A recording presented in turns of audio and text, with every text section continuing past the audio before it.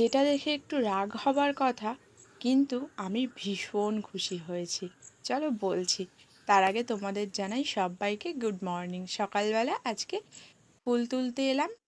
বেশ কতগুলো ফুল গাছে ছিল, আজকে আর কেউ নেয়নি। এই যে পটল এনেছিলাম সকালে বাজার থেকে, দেখি কি সব কয়টা পটল পাকা। আর আমি ভীষণ খুশি হয়েছি। হ্যাঁ, তোমরা ঠিকই শুনেছো, আমি পাকা পটল খেতে ভীষণ ভালোবাসি।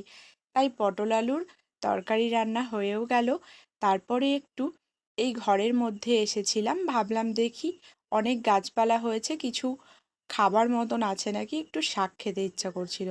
ও বাবা, দেখি লুকিয়ে লুকিয়ে কবে কবে বড় হয়ে গেছে এই ডাঁটা গাছগুলো, তাই একটু পাতা তুলে নিলাম শাক খাবো বলে। এই দেখো, আগের দিনেও কিছু শাক তোলা হয়েছিল। আর গাছ কাটার দিন এতটাই কষ লেগে গেছে হাতে, ওই যে ওনারা গাছ কেটে নিয়ে চলে গেছে, পরের কাজ পাতা সরানো সব তো আমি একাই করেছিলাম। Thanks for watching, tata bye.